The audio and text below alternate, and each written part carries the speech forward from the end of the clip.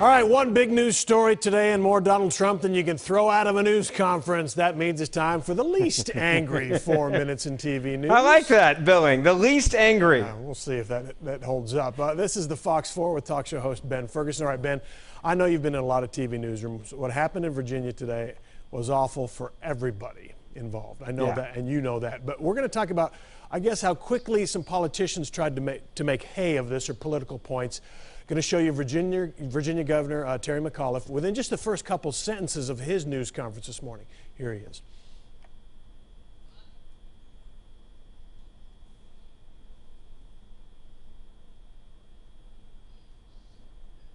I've said consistently there are too many guns in people's hands that should not have them. This is a tragedy for Virginia. It's a tragedy for their families. All right. And here's next couple of presidential candidate tweets. If you want to go back to that in the booth, you can. There you go.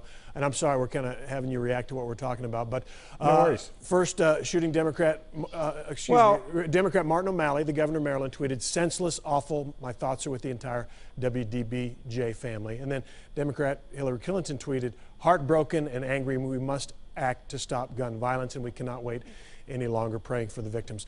You have a preference? Who did this right? I think it's too soon to turn into politics. If somebody that's in the family wants to talk about it, by all means, they have every right to do so whenever they want to, immediately after. But as a politician, when you don't know the facts, I mean, Hillary Clinton walked out there and said, you know, we need to have waiting periods for people that are disgruntled employees. He was fired 2 years ago, more than 2 years ago. I mean, you're going to have a 2.5-year waiting period.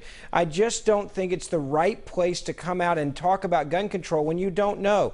You didn't know if the guy bought the gun legally. We found out from his manifesto that he says he put a deposit on the gun 2 days after the Charleston shooting, which would imply that he bought the gun legally. And if you're not a convicted felon, you can go out and you can purchase a weapon. You don't lose your right because someone might not like you or might be worried about you from 2.5 years ago. So I was sad to see it go political so quickly. I think some of the candidates got it right by saying, our thoughts and prayers are with the family. You can wait 24 hours. Let's see what comes out of it. Let's see if there are any laws that could have prevented this. But to be honest with you, I don't think there was anything, looking at how psychotic this individual was, to wear a GoPro camera, to put that up on the internet of you cold-blooded executing a 24-year-old and a 27-year-old.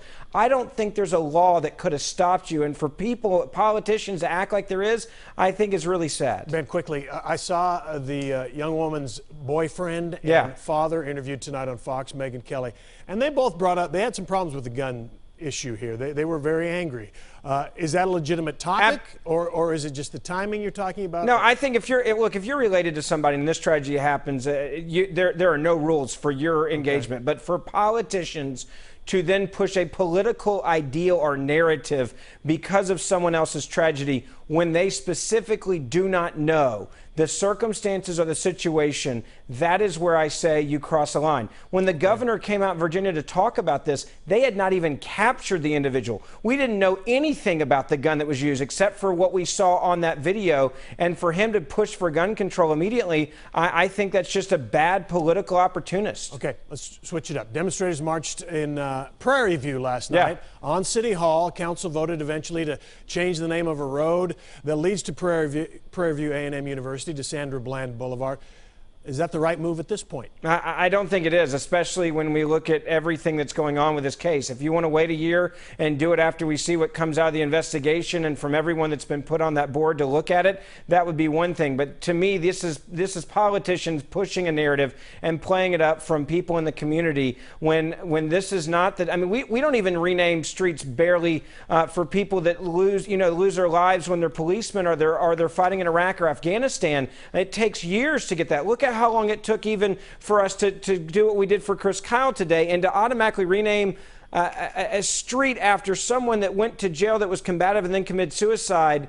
I just don't think this is the right opportunity or the right moment to do it. All right. Now, lastly, Donald Trump and Jorge Ramos. What a night last night for him. Last night, question and answer period. Ramos is the most popular Spanish language news anchor around, and Trump tossed him from a news conference. Yeah. Look, two things about this. They both won. Donald Trump got to be the guy that was in charge of the room with an activist. I don't even want to use the word journalist. I mean, Ramos had called him a couple months ago the worst person in America. So let's not act like he's an unbiased journalist. He came in there wanting there to be a fight and a spectacle. It's great for his brand and for his audience because he was going in to take it to Donald Trump.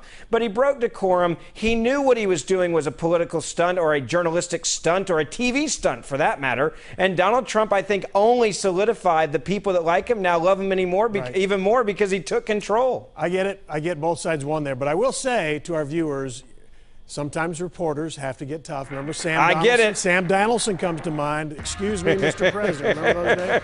Yeah. All right, you can join Ben's 500,000 Twitter followers at Ben Ferguson Show. Ben, nice job. Thanks. Thanks, man.